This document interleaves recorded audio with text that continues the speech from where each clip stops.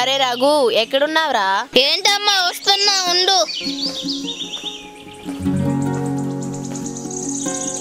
అరే ఇంకా ఎంతసేపు రా? ఈ రోజు నీ పెళ్లి చూపులు కదా, పెళ్లి చూపులకి వెళ్ళొద్దా? అమ్మా నేను ఎప్పుడో రెడీ. మన కట్బజ్జీల వంశానికి అసలు కోడలే దొరకట్లేదు. దీనికైనా కట్బజ్జీలు చేయడం వచ్చో రాదో? కట్బజ్జీ వంశానాన్ని 99 సంబంధం చూసిన ఈసారి కట్బజ్జీని వేస్తుంది పద. ఏమోరా, ఈసారైనా ఓకే అయితే నా కష్టాలన్నీ పోతాయి. ఈసారి ఓకే అవుతుంది కానీ పద అమ్మా.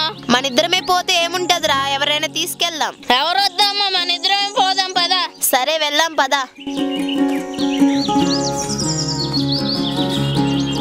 ఓ వదిన ఎటు వెళ్తున్నారు? ఇది మందలించింది కదా, ఈ పని అయినట్టే. రఘుకి పెళ్లి సంబంధానికి వెళ్తున్నా వదిన. ఈసారైనా ఇద్దా వదిన? ఈసారి ఖచ్చితంగా అవుతుంది వదిన. సరే నేను వెళ్తాను వదిన. సరే మేము కూడా వెళ్తాము వదిన, మాకు కూడా లేట్ అవుతుంది.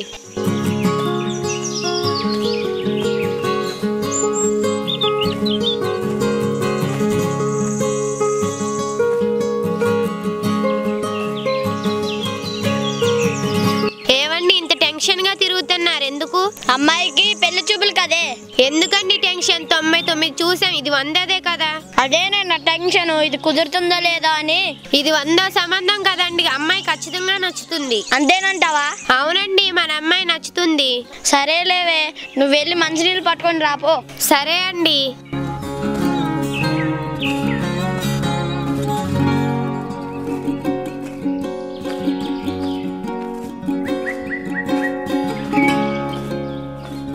రండి బాబు, వచ్చి కూర్చోండి.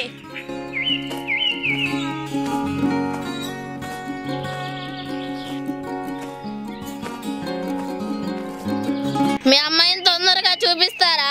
పిల్లగాడికి బాగా తొందరగా ఉన్నట్టుంది. మీ అమ్మాయిని మా అబ్బాయి ఫోన్ లో చూడగానే తెగరాను నచ్చింది. మా అమ్మాయి బంగారం. త్వరగా అమ్మాయిని రమ్మనండి. ఏమే తొందరగా వెళ్ళి అమ్మాయిని తీసుకొని రా.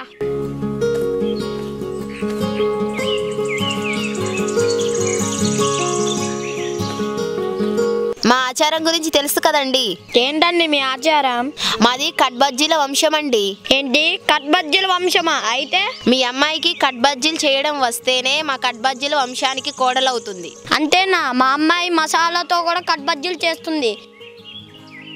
అవేమే నువ్వు వెళ్ళి కట్బజ్జీలు చేయించుకొని రాపో. సరేనండి.